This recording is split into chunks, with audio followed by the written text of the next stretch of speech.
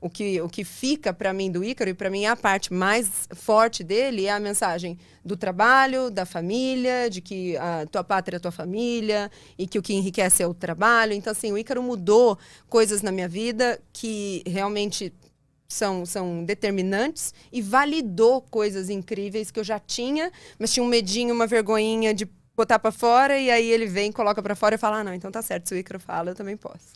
Ah, que legal você falar isso, porque foi uma das coisas que eu falei pra ele quando ele veio aqui, que realmente o que faz a gente admirar ele, que é o que faz a gente te admirar também, vocês são pessoas de convicção, vocês são fortes nas coisas que vocês falam, mas dão aquela segurança pra gente, porque é difícil hoje em dia você achar alguém que consegue ser autêntico, que não tem aquele medo de, tipo, não vou falar isso porque vou ofender algumas pessoas, não vou falar isso porque vou ser cancelado.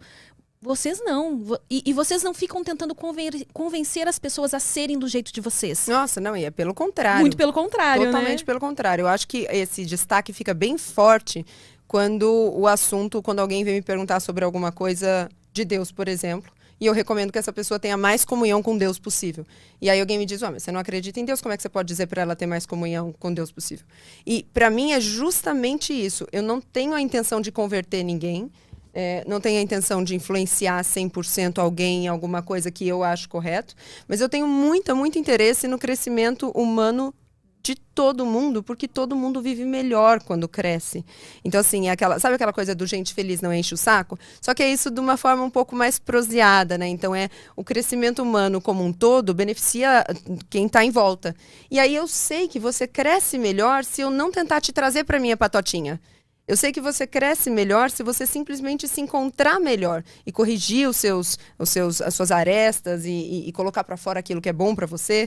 Então é daí que veio esse negócio de não querer convencer ninguém de nada. Mas vou te dizer que, na verdade, isso tem, e é lógico que o Ícaro, eu e todo mundo que está nessa sabe que tem um efeito reverso, né? Assim, contrário. É justamente quando a gente gosta de ouvir não, né? O poder do não é muito grande. Uhum. Então é justamente quando a gente fala não, eu não quero que você acredite nisso, eu não quero que você faça igual, que as pessoas ficam intrigadas, porque a gente está tão acostumado a todo mundo estar evangelizando a gente sobre algo o tempo todo, que quando alguém diz algo e diz, não, mas eu nem preciso que você acredite nisso, talvez isso deixa... As pessoas até questionaram ele, por que você vai na M, né? Já que ele é católico, tem essa coisa da família tradicional, e M trabalha com pornô e tal. Ele... essa é a nossa revolução, ele fala, né? Que ele gosta de estar nas trincheiras, que é justamente, ele estaria falando para um público que, inclusive, ele falou contra pornô, contra punheta, não contra, mas ele porque ele é, né? E vocês ainda assim são amigos. Que as pessoas também... como ficam assim? chocadas. Você é amigo de uma... De uma ateia, agnóstica, né? ateia. Agnóstica, que para algumas coisas a gente... quando a gente vai... É ruim, é difícil de falar disso sem ficar chato o papo, mas é assim... dentro dessa ideia, para algumas coisas você vai ser agnóstico, ou seja, você vai reconhecer que há algo que você não sabe, e para outras você vai ser ateia, ou seja, você vai reconhecer que tem tudo, que as respostas que você precisa estão lá.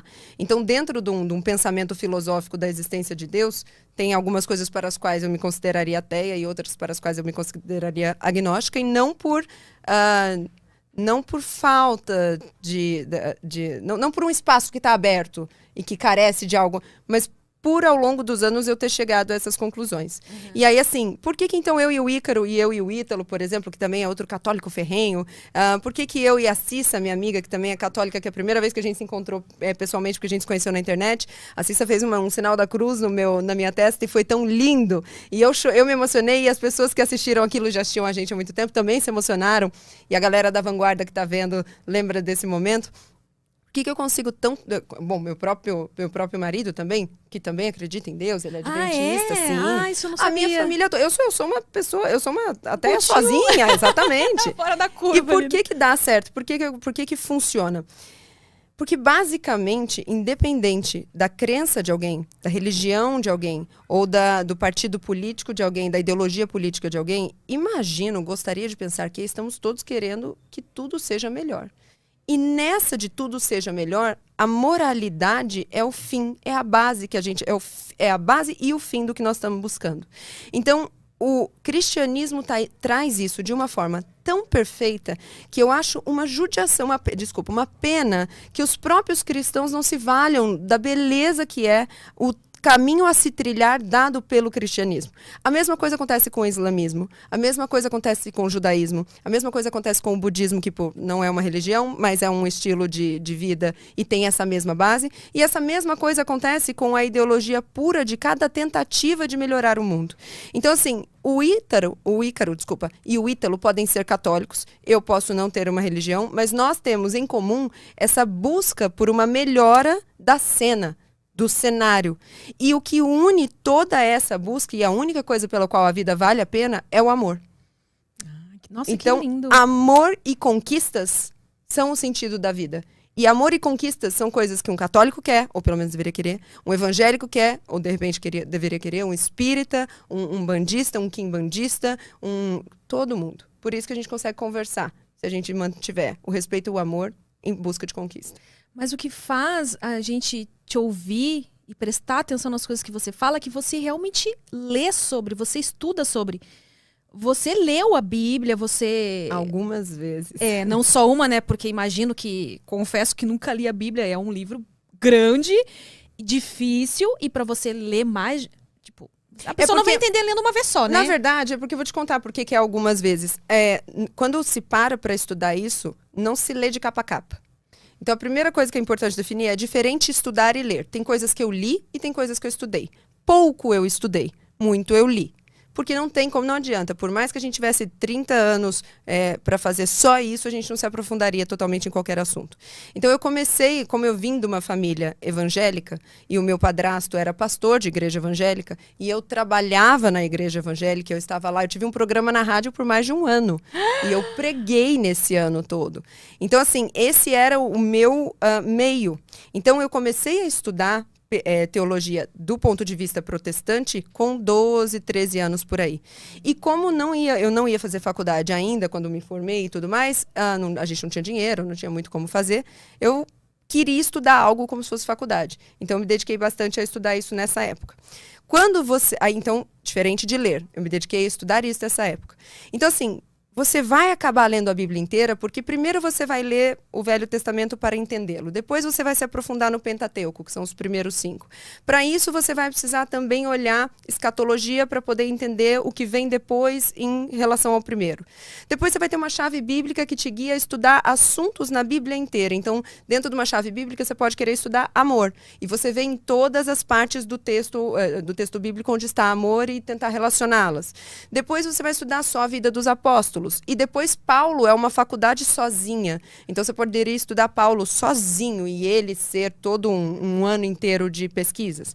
E aí, nisso, para ver, por exemplo, o Velho Testamento, você vai ver história. Você vai ter que ver historiadores falando sobre isso. E é aí que cai, depois para mim de alguns anos, acho que eu estava com 21 para 22 anos, já tinha entrado na faculdade. Quando nessa... Quase 10 anos depois que você começou, que eu comecei, que nessa eu senti, em algum momento do estudo de teologia, por mais que ele seja mais protestante ou seja mais para o lado católico, enfim, se você estudar patrística, em algum momento você vai sentir a necessidade de ver filosofia de perto. E aí foi começando a ver filosofia que não tem como ver teologia e filosofia e não ver evolução. Não ver biologia e física e evolução darwiniana. E foi assim que as dúvidas para mim foram sanadas. Então, as pequenas dúvidas que eu tinha foram sanadas. Não é um tipo de assunto, Emi, que eu gosto de... Não que eu não gosto de conversar assim, desse jeito. Amo. Não é um tipo de assunto que eu gosto de usar contra alguém. Eu nunca vou fazer isso. Então, quando alguém me pergunta, mas você não viu milagres? Eu digo, sim, eu fui o canal de operação deles. Eu vi aquilo na minha frente. Eu morei dentro. Morei na igreja por muitos anos. Eu vi essas coisas. É que hoje, para mim, elas têm explicação. O que eu não gosto na conversa é, nesse ponto, alguém que não está interessado na explicação, mas está interessado no desafio, me dizer, então qual é? Então como é que você explica? Então como é... É isso que não é legal. É isso que não leva pra frente, entende? É isso que a gente não ganha nada com esse tipo de conversa. É esse tipo de debate que em outras áreas, pra mim, política, comportamento humano, desenvolvimento pessoal, é esse tipo de debate que não enriquece. Então a gente vem dessa coisa do debate enriquece, o debate enriquece. Não é todo debate que enriquece. Esse debate na postura ruim, para mim, ele não traz muita coisa. Então, com o Ícaro, com o Ítalo, por exemplo, a gente conversa sobre essas coisas, a gente já conversou sobre essas coisas e foi interessantíssimo. Eu imagino, eu queria ter ouvido essa conversa. Mas porque sempre a postura dos dois Sim, é gostosa. e Na internet não dá pra ter muito Vocês se isso. respeitam, né? 100%. E não é só o caso de respeitar. Eu sempre falo pros meus amigos que acreditam que eu conto com suas orações. Com certeza. Então, se eu estiver passando... Porque para mim não é a oração. É alguém dizer, eu parei para pensar em você e pegar aquilo que é o mais precioso para mim, que é o meu Deus, e coloquei você nisso. Porra, que mais eu quero dessa pessoa? É verdade. E isso surge, né, com uma certa frequência nos seus stories lá. E as pessoas ficam assim...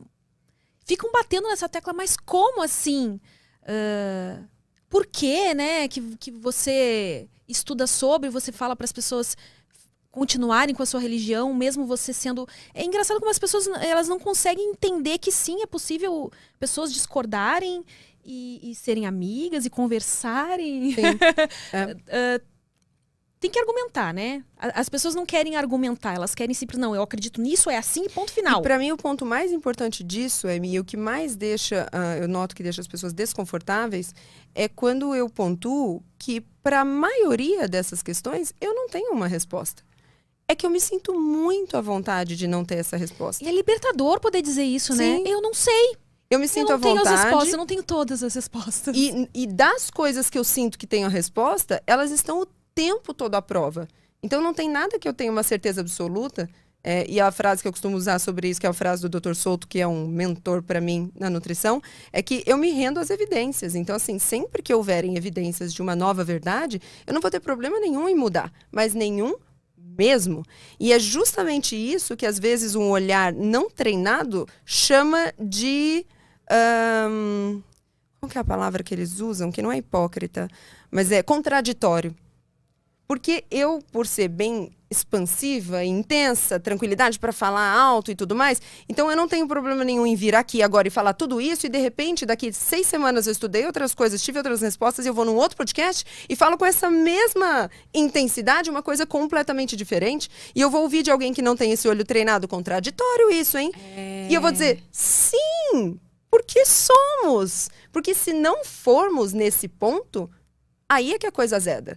Se eu não estiver pronta para mudar totalmente todas as minhas respostas diante de novas evidências, é que eu tenho um problema. Não o contrário. As pessoas se agarram muito numa coisa e têm dificuldade de mudar de caminho, de mudar. Até elas às vezes ficam nesse conflito, né? Sim. Mas como assim? Eu pensava assim antes, por que eu tô pensando assim agora? Eu não estou seguindo as minhas convicções, mas... E isso com